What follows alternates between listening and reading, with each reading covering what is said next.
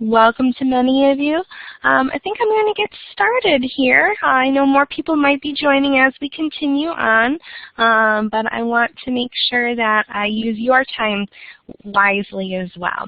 So I am Meg McHugh. I am your lecturer. I am your course instructor for the MOOC. Thank you so much for joining us here in this MOOC. We are very excited to have you as participants. Today I'm going to get us started with talking about fractions, ratios, and percents. This is our topic for Module 1. It is something that is so important to know about in today's society. This is so applicable to everyday life. These instructions will be on every time you come into a session. It'll just kind of help you remember what to do. Again, in order to be able to talk, if you want to be able to talk back to me, you can click the little icon near the audio and video area of that screen. This is if you're on a Mac or a PC, you should be able to do so. Oh, I see someone was able to find their video feed too. That's excellent.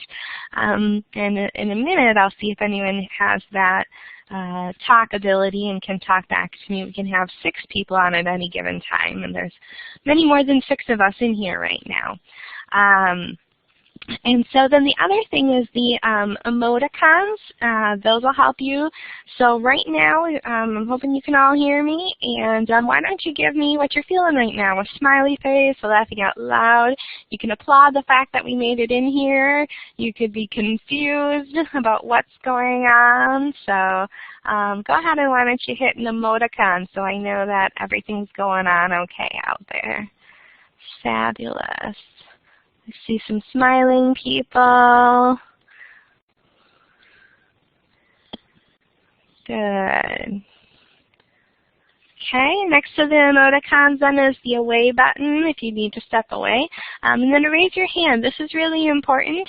If you do have a question and you want to stop and ask that question, whether you want to chat that question or whether you want to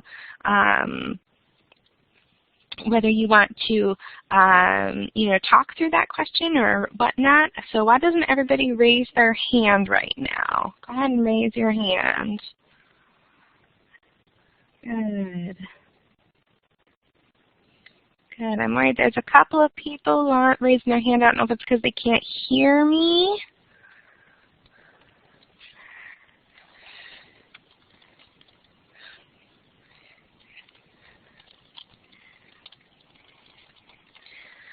Okay, if you can hear me, make sure that hand stays raised. I am worried there's a couple of people at the end. Hopefully they can catch on. So, good. And then the last one is respond to a poll. And we'll be responding to a poll today. So, fabulous.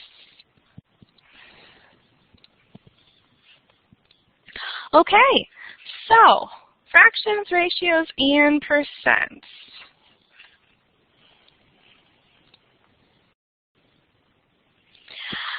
Fractions. When I was thinking about this, what I wanted to talk to you about today, I think the one thing that comes up, the question that I always seem to get from people is, why do fractions give us so much trouble? Why is that something that we just don't always seem to wrap our heads around?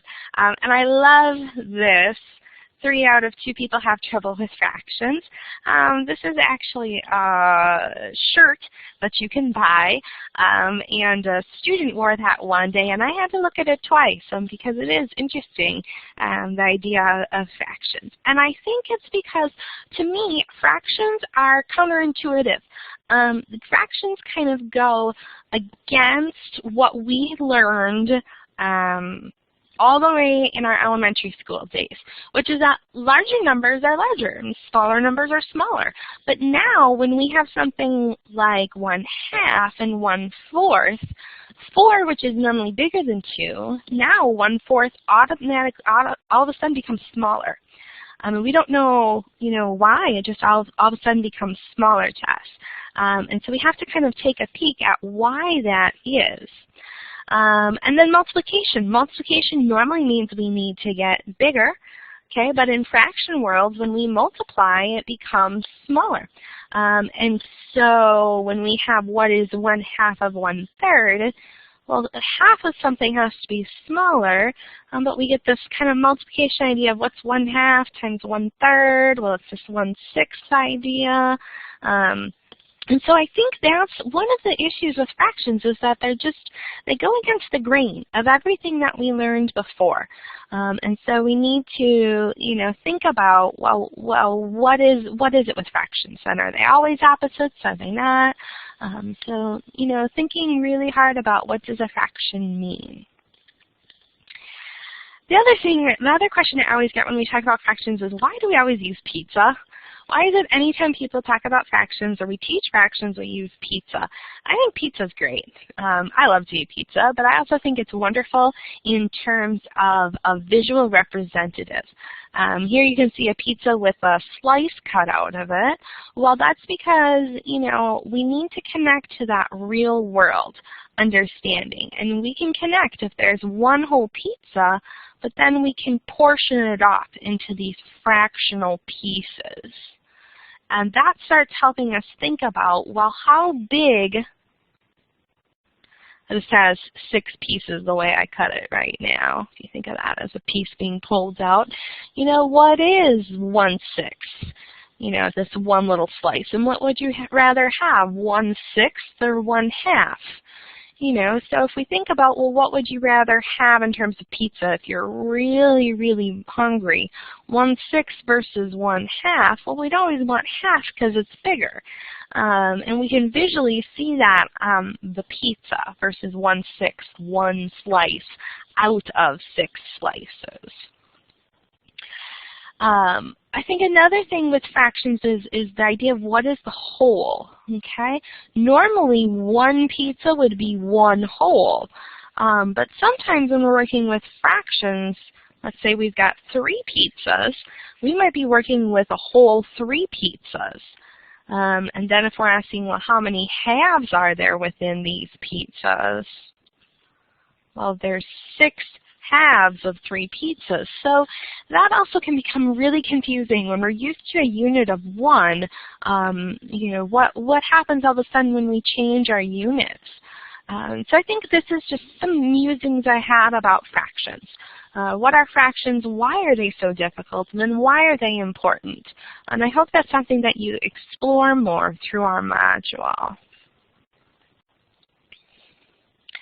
So let's talk about pizza, because this is something that we, use. It's very visual, and I think it's a great way to start introducing more fractions. So we have a group of friends, and we're going to say these group of friends ordered several pizzas. We don't know. I have a picture of 2 pizzas on there, but we don't know how many pizzas they ordered. But we know since he was really hungry, Pete ate half of the pizzas. I see that says just pizza, but we meant to say he ate half of the pizzas. And then Betty ate the 2/3 of the remaining pizzas. So if Joe ate 2 pieces left, how many slices of pizza were there originally? And so this one is almost where we have to work backwards with our fractions to really understand what's going on here. We have Betty, Joe, and Pete. We know that Pete ate half. We don't know what that original amount was. That's what we're going to try to find. And then Betty ate 2/3. Again, we don't know how many slices she ate or what that original was. But we do know at the end, Joe ate what was left, which was 2 pieces.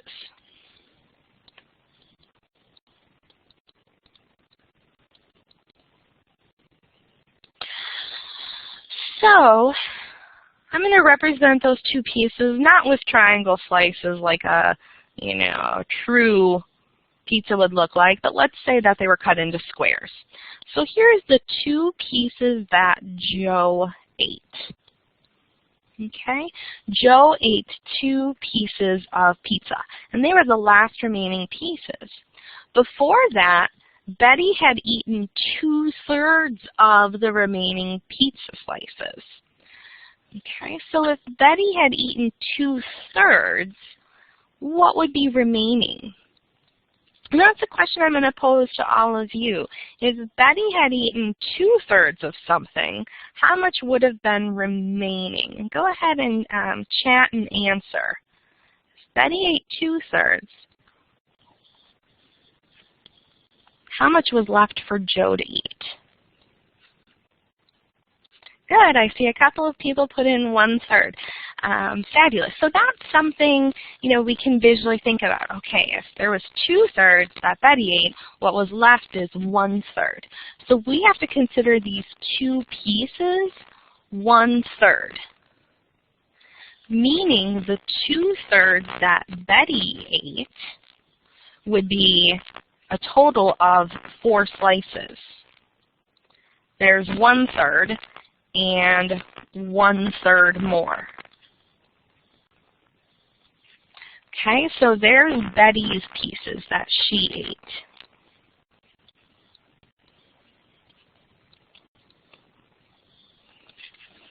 Okay. Well, so this works us backwards now. Joe had eaten the remaining 2 pieces, that was 1/3. Betty had eaten 2/3 of the remaining, and so we have a total now of 6 total pieces of pizza. We know before Betty, though, Pete came, and Pete ate half of the pizzas.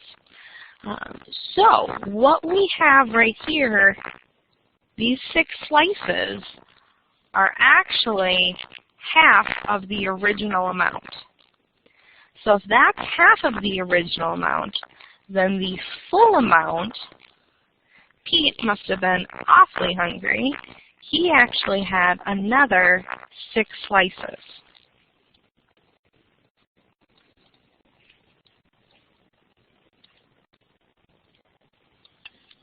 And so with fractions, I had to do a little just thinking through, well, what does it mean to eat 2/3? How much is left? And here, this is a very common logic problem that we have in fractions, the idea of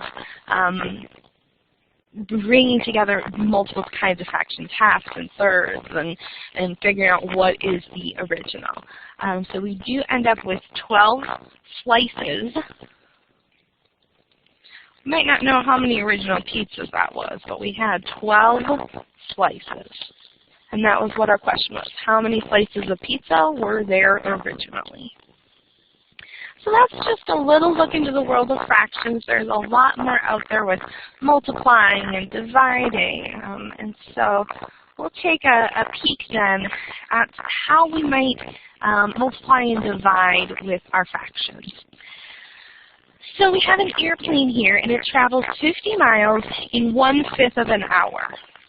And we want to know how many miles the airplane can travel in 2.5 hours. And there's several ways we can go about this. One way is to first consider, well, how many 1/5 of an hour are there in 2.5 hours? So if we have 1 whole hour, again, I'm going to represent this, 1 whole hour here, 1/5 of an hour, we fly 50 miles. So we could figure out how many miles we fly in 1 hour.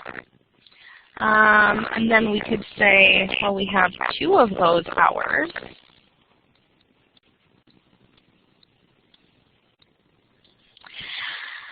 And then we have, well, this is where it's going to get a little tricky, 2.5 hours. And I'm not sure how many fifths go into that. So this is where fractions can actually help us. So first, I want you to kind of take a step back and figure out, well, how many miles? Oh, and Anonymous 4 says 12.5. Anonymous 4, I'm sorry that your name isn't there. How did you figure out 12.5? What's your thinking there? Go ahead and push the talk button, or if you can, chat to us a little bit more.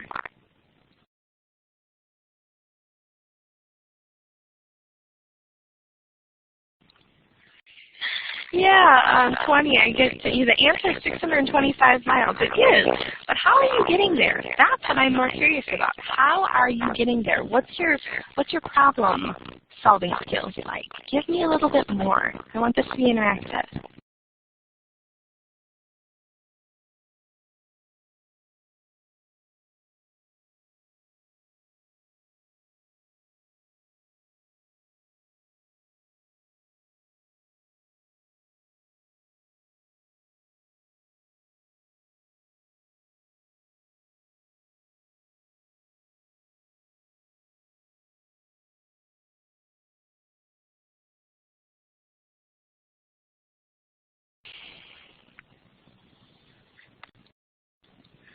This is great. I'm so glad so many of you have typed in here.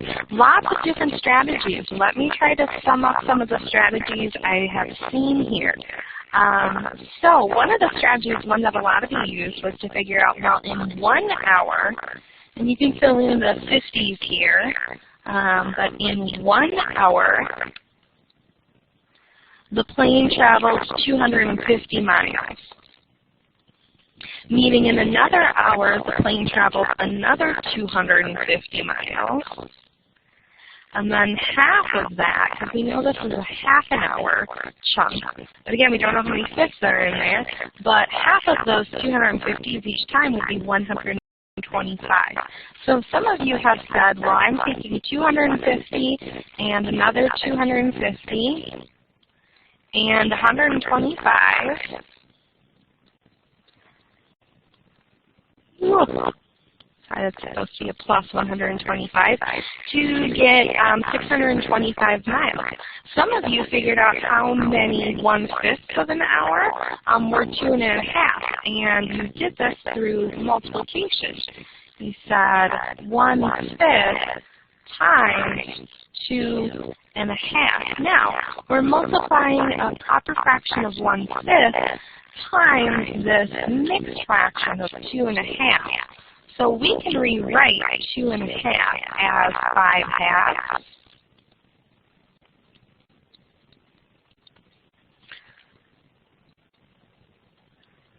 Whoops. I'm so sorry, I'm reading you a strike.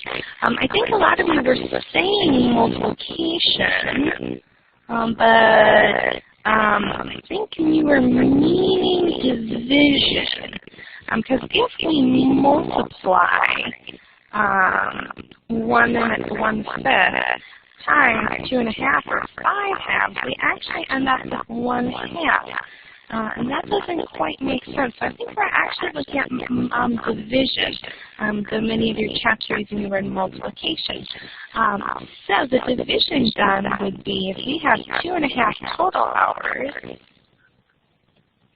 we need to divide that by 1/5 to figure out how many total 1/5 are in there. Okay, I see what you're saying. 12.5 were those fifths. Okay. You know, that's the interesting part about interacting online here, is trying to read between some of this. So if we divide them, we have 5/2 divided by 1/5, and when we divide fractions, we need to flip and multiply. So we have 5/2 times 5/1. And if this flip and multiply or multiply by the reciprocal sounds foreign to you, please check out the learning object. And there's where we get our 25/2, or there's 12.5 fifths. You know, that's kind of weird to think. 12.5 fifths in 2.5 hours.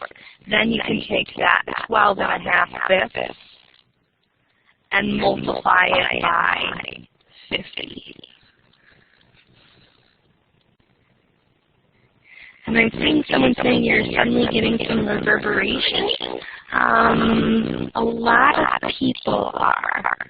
Oh, that's not good. Let me try readjusting my audio. Please hold on 1 second.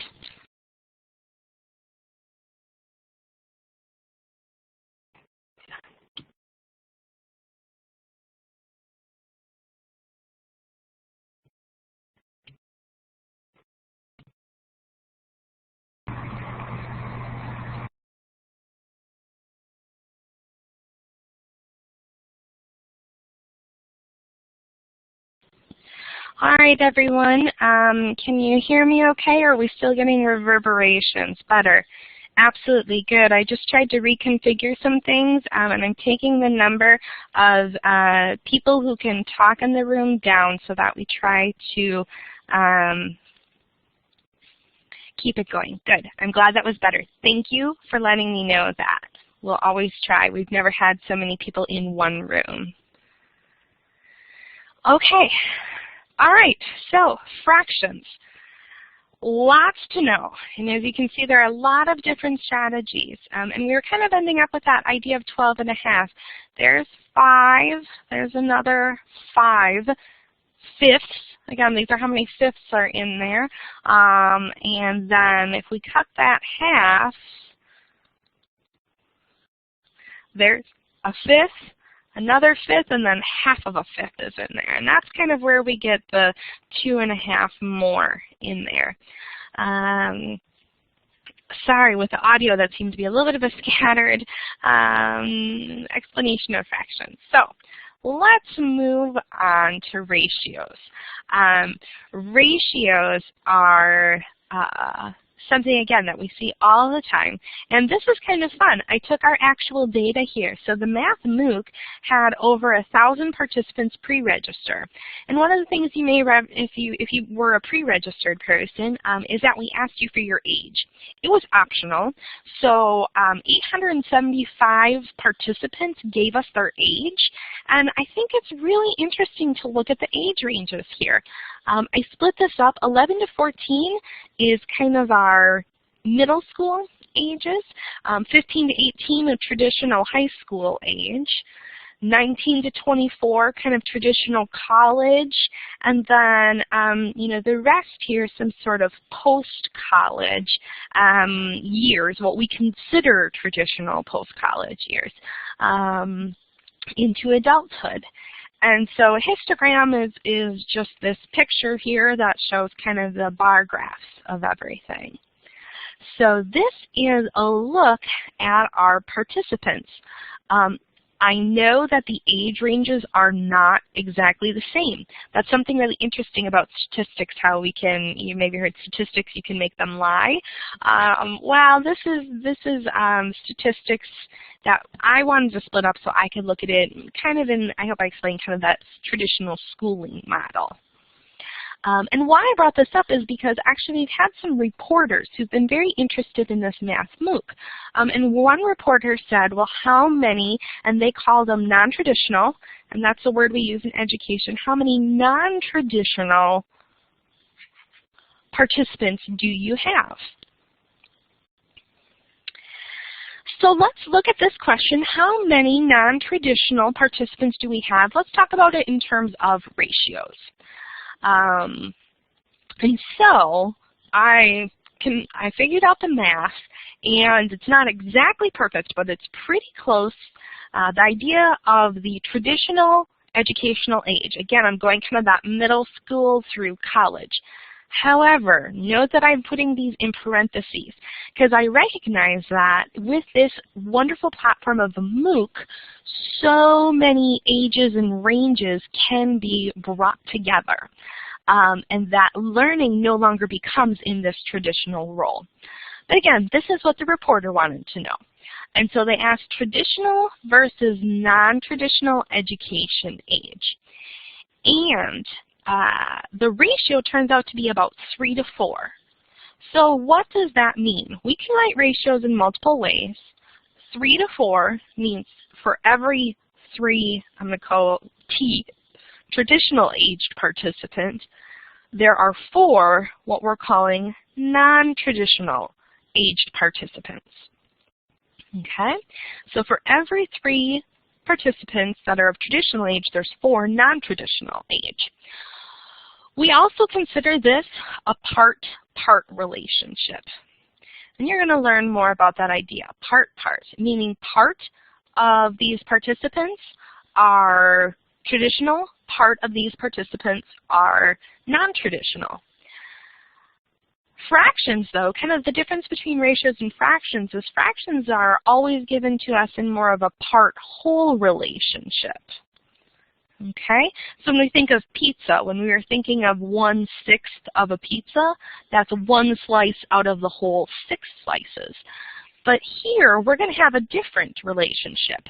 I've just given you a part-part. What is the whole?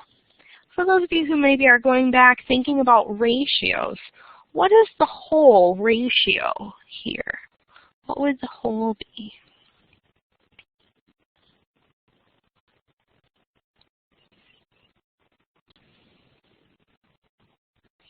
Okay, I've seen 500, I've seen 7, I see 6, 7, 100. We're kind of thinking here. What is that whole? Oh, good. And someone has a question or wants to talk. So let me find you.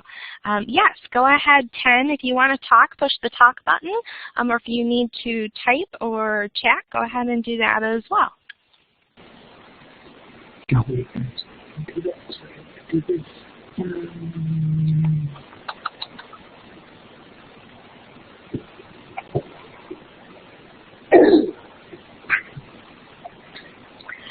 Participant 10, I can tell that you're on, but we couldn't hear you.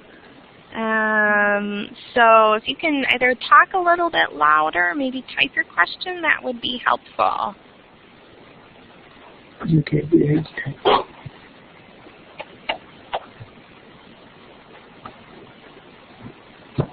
What happens? We don't know how.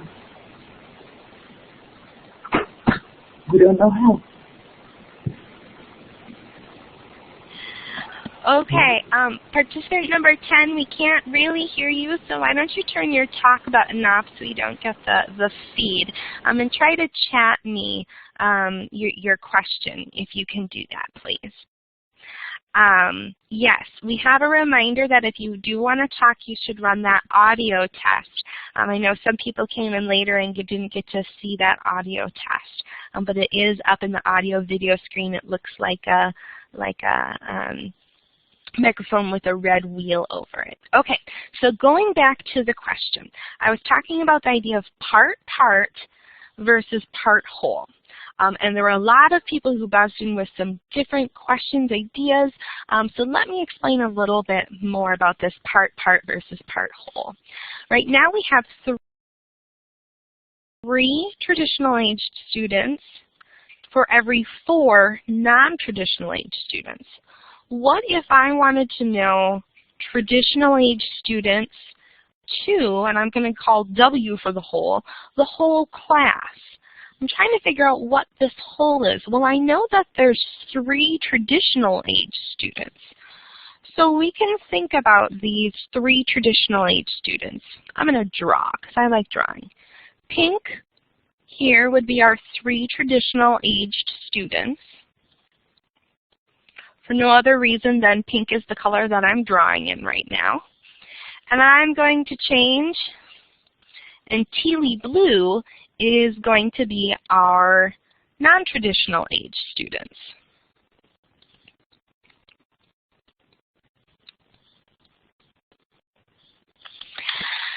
So we can see our part-part relationship are 3 traditional students to our 4 non-traditional students. But if I'm now looking at a traditional age to the whole, my whole, I hope you can visually see now, is for every 3 traditional age students, there are 7 total students. So my traditional age students is 3. My whole, if I'm looking at for every 3 traditional age students out of 7. And that's what normally fractions are written as. We have 3 traditional age students out of 7 total students. So why don't you give me a yes if that makes sense now, how we did this part to whole. Go ahead and in your poll or in the chat, why don't you give me a yes. Good, lots of yeses. My wonderful stick people helped us here. And so now the question is, though, if we had 875 people who gave us their age, how many of them are non-traditional in age? So I'm going to say that the part for non-traditional students for every 7 students. You can write a ratio as a fraction, or you can write it in the 4 to 7, kind of using the colon idea. Is 2 different visuals for writing fractions. Well, we have 4 traditional participants, or non-traditional participants for every 7 total. This means I don't know, we can call it X if we want to start using some of that algebra. That's an X. X, we don't know how many are non-traditional, but we know we have a total of 875 total participants. And so now, with that kind of in mind, and some of you had solved this, how many are non-traditional in age? How many? Yes, 20. You said cross-multiply. Cross-multiply is a wonderful mathematical tool we can use when we have 2 fractions, or in this case ratios, set equal to each other. If you don't remember cross-multiply, that means we multiply numerator of one times the denominator of the other. And so we would have, in this case, 7x equals 4 times 875. That's one method. Okay, yes, and a lot of you are getting to x equals 500. That's fabulous. So once we multiply 4 times 875, we have 3,500 equals 7x. And then we would be dividing by 7 to get x equals 500. And some of you were there well ahead of time, and others, I hope you are all there right now. Another way you could think about it, well, if I have a total of 875 in there, how many parts do I have? If I know that I have 7 as my whole, that means that each of these people in this figure here represents 125 people. So the other way you could think about it is 875 divided by the 7, the total, the whole, is 125. So each part represents 125 people. So if all 4 of those stick figures, I know I'm starting to draw all over here, equals 125, we'd have 125 times 4, which is also 500. Excellent. So we've taken a little bit of a look at ratios now, and I hope you find it interesting. This is, like I said, taken right from the data that we used, and you can kind of see that in the picture here. The non-traditional age would start, it's not the greatest, right here. And if you add these totals up, it is pretty close to 500. The exact number was actually 510. So that's a little bit about ratios. I'm just giving you kind of sneak peeks into each of the different content topics we're going to talk about.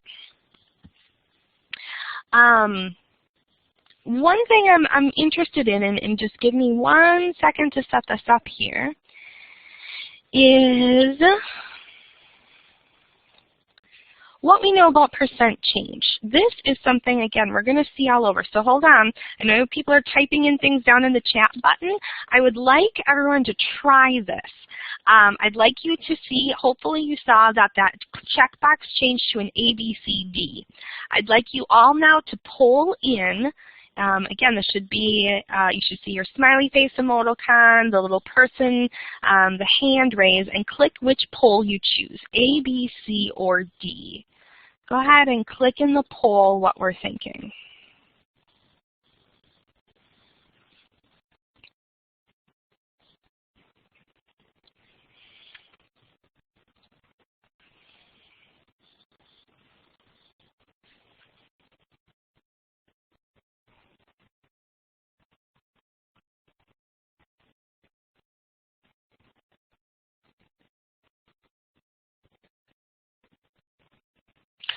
Okay.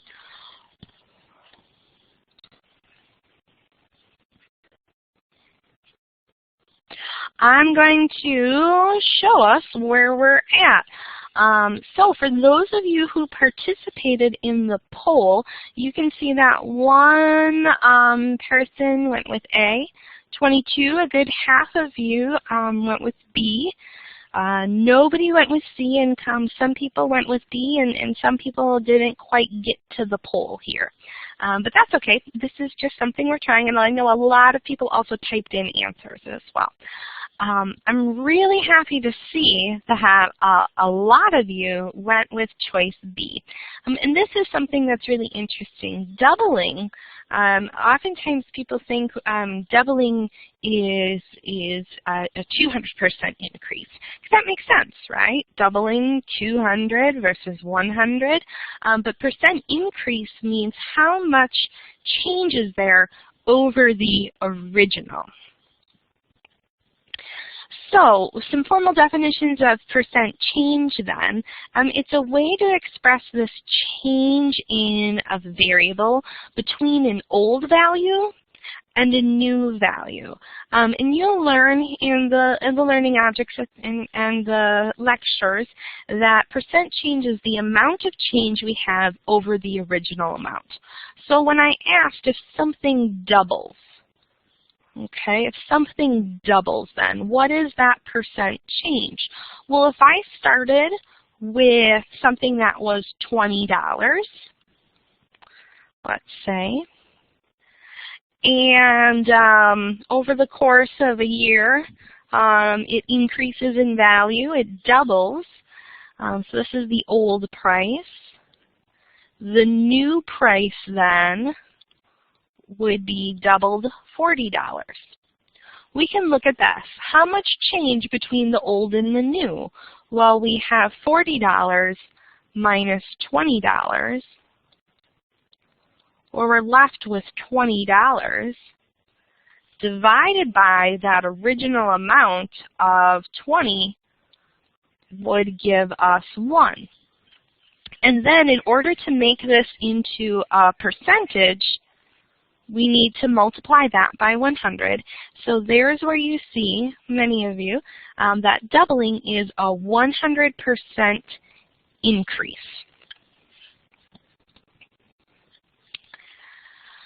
So with that, then, what's a 200% increase? Well, if I say doubling is a 100% increase, what word could we use to describe a 200% increase?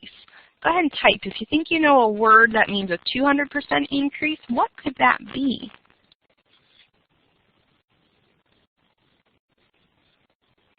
Okay. Good. So we're either 3 times tripling, or some people are quadrupling. Well, let's look at both the idea of tripled and quadrupled to figure out which one is the 200% increase. Okay, so we're either 3 times or 4 times. We're not sure. So let's take a peek. Again, let's say that I have something that was $20. That was the original price of something. I said that if I doubled to $40, that's going to be a 100% increase. So if I tripled, I'd be at $60. But remember, we're looking at the amount of change over the original, then times 100. So if the amount of change, we would have $60 minus $20, over the original of $20, and then times 100. Well, 60 minus 20 is 40, and 40 divided by 20 is 2. Then again, we multiply that by 100 to see that it's 200%. So tripling, those of you who wrote tripling, you're right. Tripling is a 200% increase. So if we think tripling is a 200% increase, what would quadrupling be then? Can you figure out now? What would quadrupling, what percent increase would that be?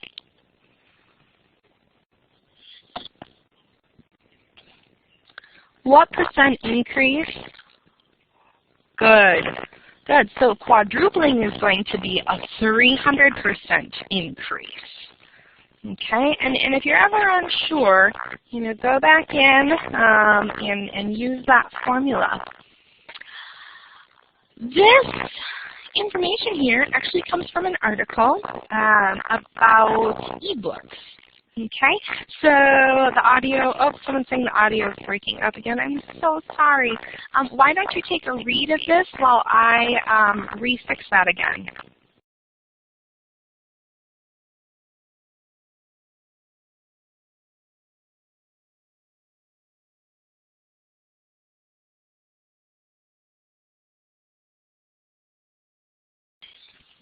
Okay, I'm back. Please let me know if this audio sounds better. I'm switching out between headphones. Good. Okay, thank you for being so patient as we use this platform. Perfect. Good. Thank you, thank you. All right. This information comes from an article, and the article comes to us out of Minneapolis, Minnesota, and it's talking about ebooks. Okay, and what are the ebooks? So I see someone found the draw tool. And so what my question is about the percent increase here. In 2010, the system spent $35,000 on ebooks. In 2011, it spent $350,000. Even with budget cuts, they increased it that much on ebooks. So what is the percent increase? What is the percent increase? Go ahead and take a second.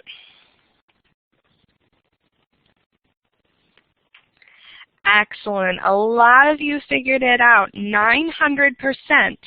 And the way that we did that is you can take 350,000, subtract off 35,000, divided by that original of 35,000, and multiply by 100 to get the percent. So fabulous. Most of you got 900%. You're understanding percent increase.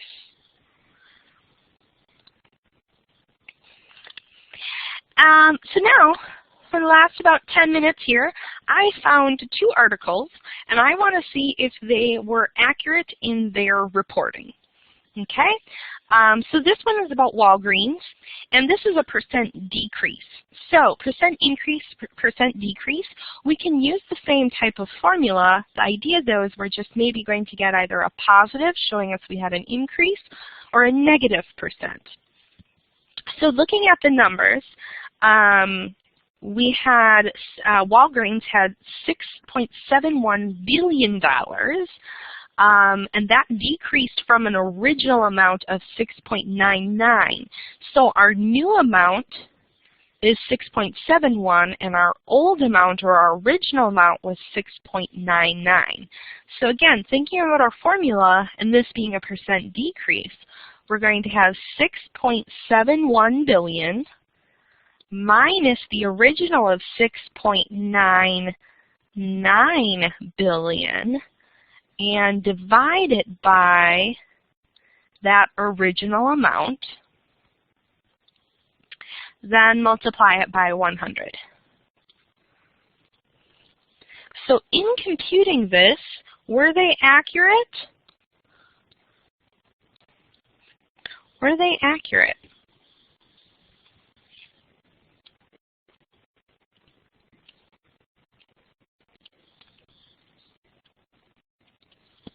Good. A lot of you have said yes, they were accurate.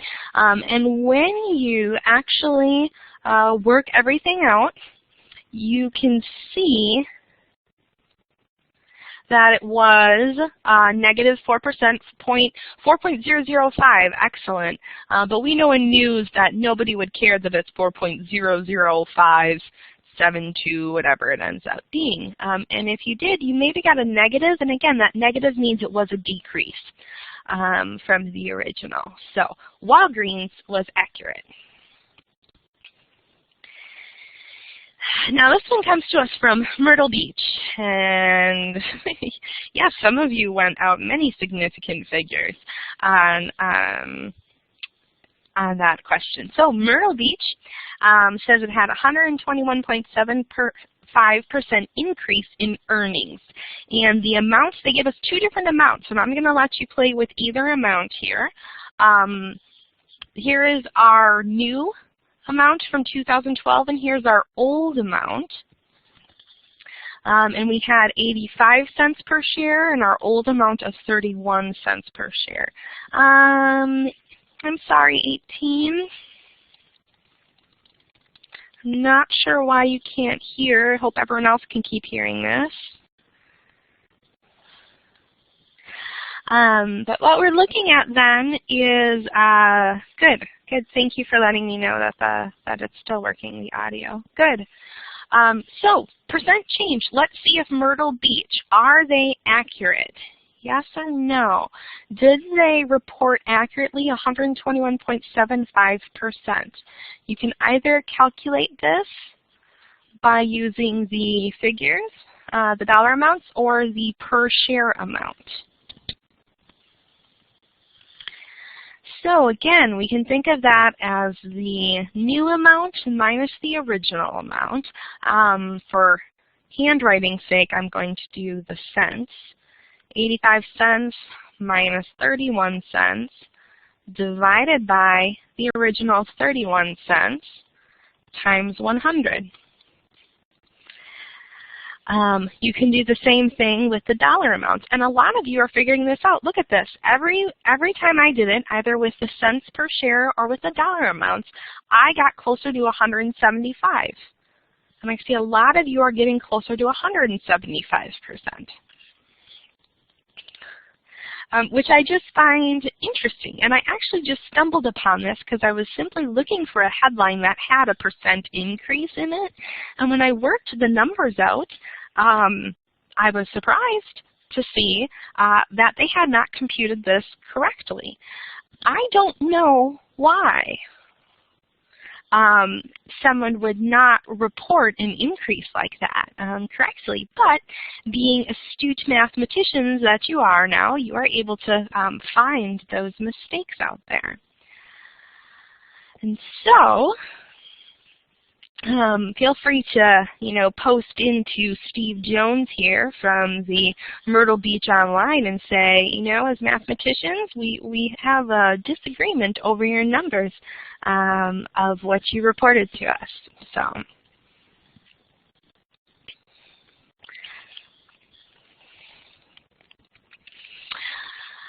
Good. So yeah, either way I calculated, I was somewhere between 174 or 175.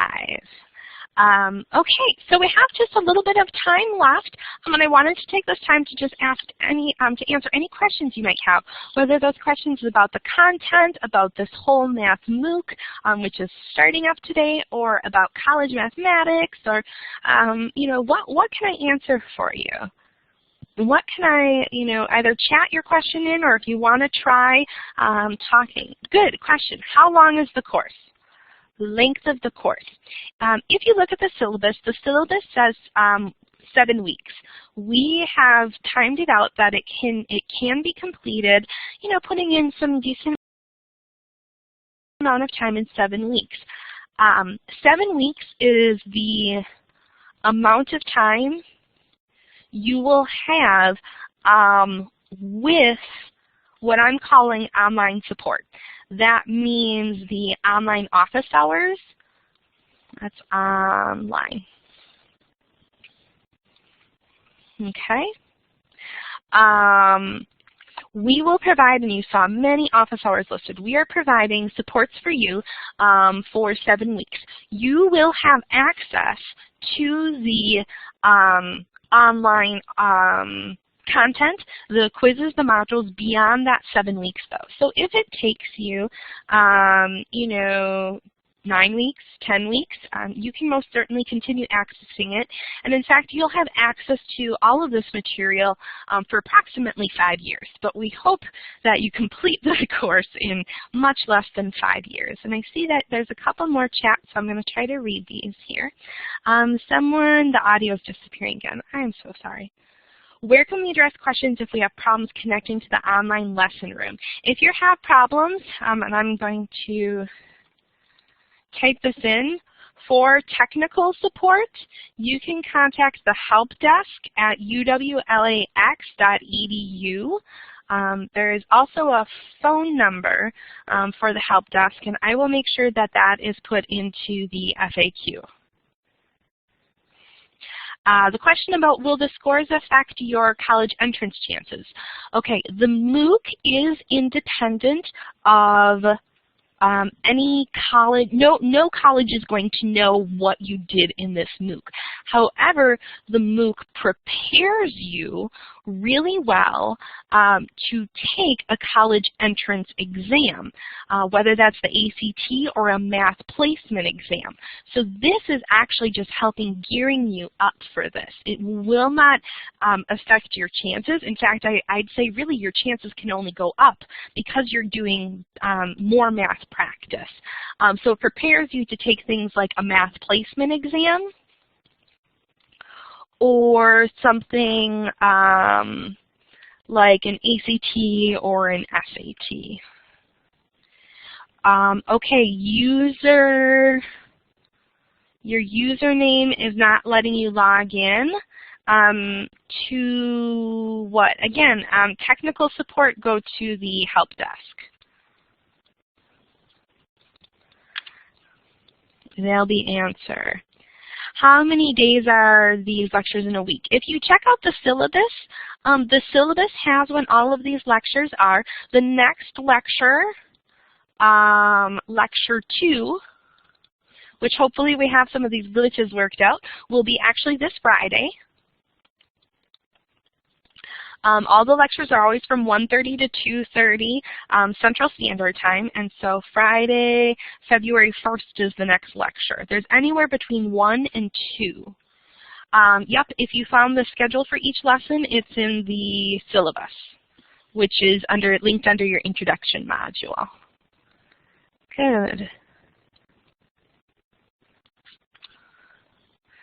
Good. I cannot find a detailed list of arguments. I'm not sure what you mean by arguments. The next question was, are you a math teacher or a math professor? Very interesting. I am a teacher at the college level. I'm working towards my PhD right now, so I am not yet at what we call the professor level, but I do teach at the college level, so I guess you can call me a teacher. So you're a math genius? No.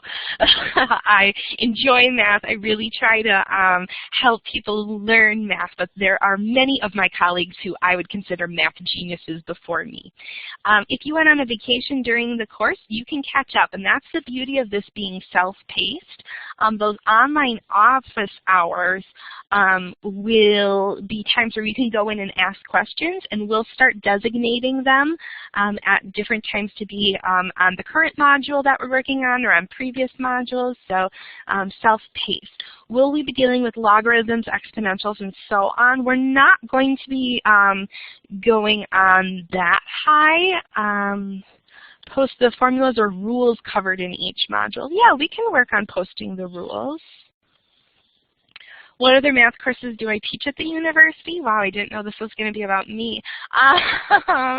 I teach what's called our developmental mathematics or our college readiness mathematics, and I tutor, because I am the director of our learning center, our tutoring center, I tutor through calculus.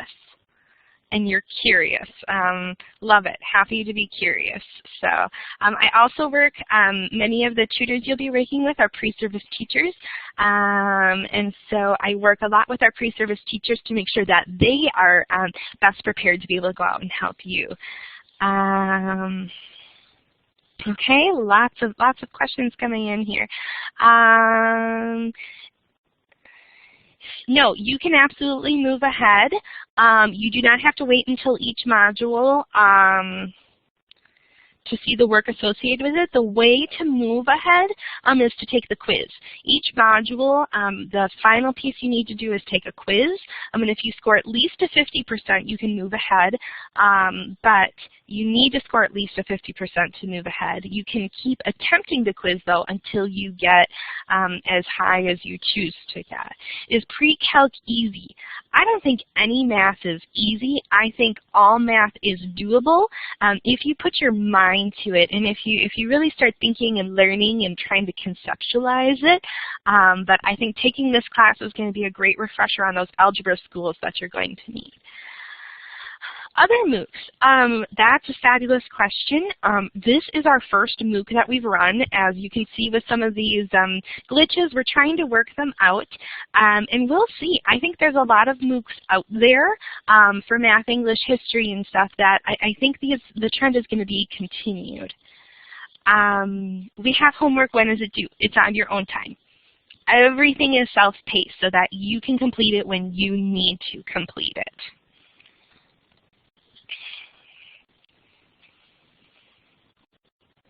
Okay, wow, lots of questions. I hope I answered them as well as I could.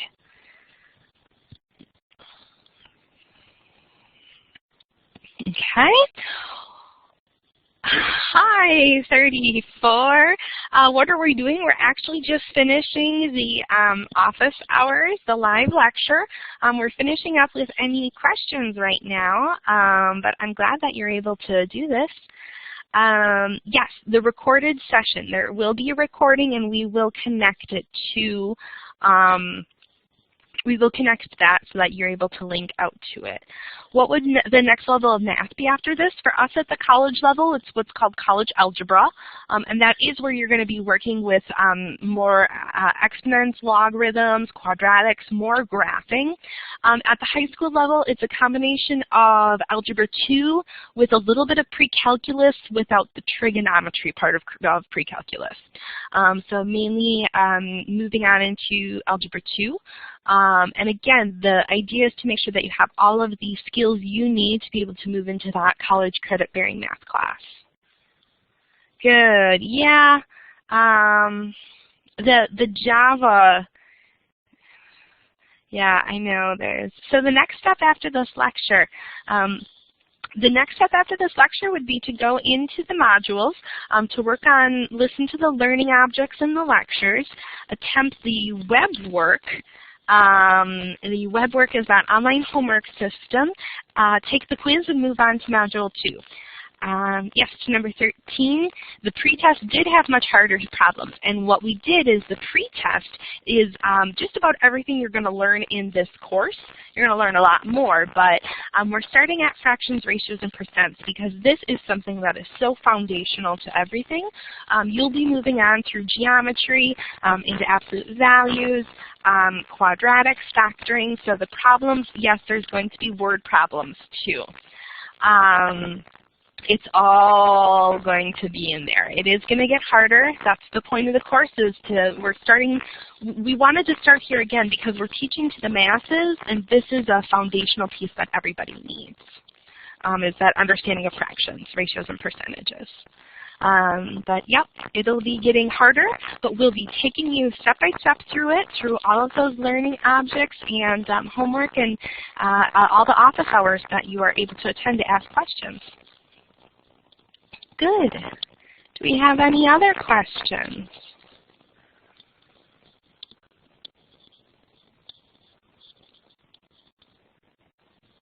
Okay.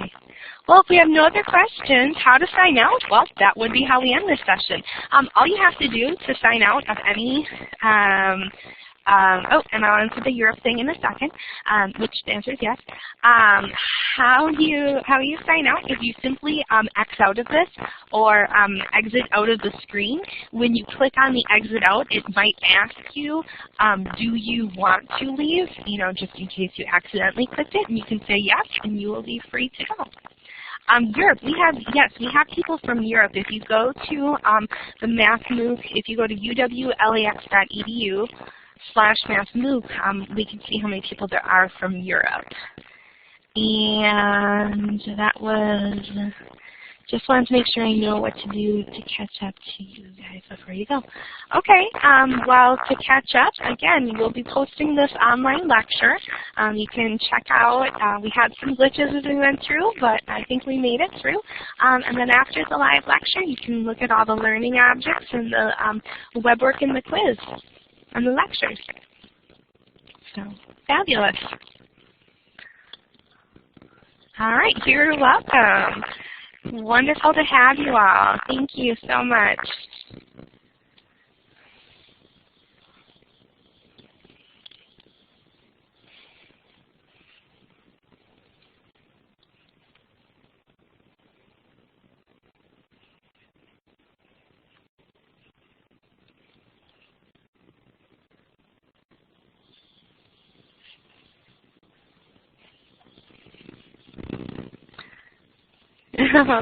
Thank you for very nice of you. Have a fabulous day.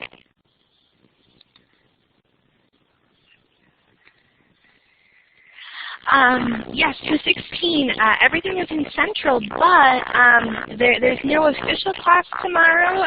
You're just going to work through, I did not hear where to sign out. Oh, okay, again, to sign out, you just exit out of the screen. You just close the internet screen out. The classes, go to the syllabus. The next lecture is Friday, February 1st at 1:30. They're always at 1:30. And otherwise, you can go online and check out for those online office hours whenever those are. And those are throughout the day, morning, afternoon, evening, for you to be able to gain assistance.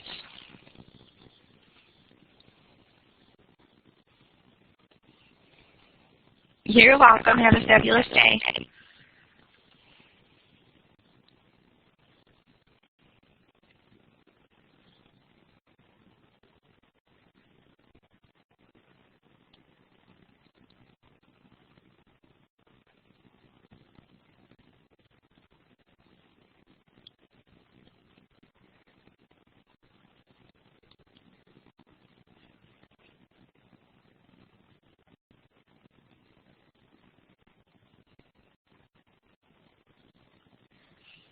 Okay, well, if there's no more questions, I'm also going to head out of here. I know there's a couple people maybe left in, but I'm going to head out. Bye.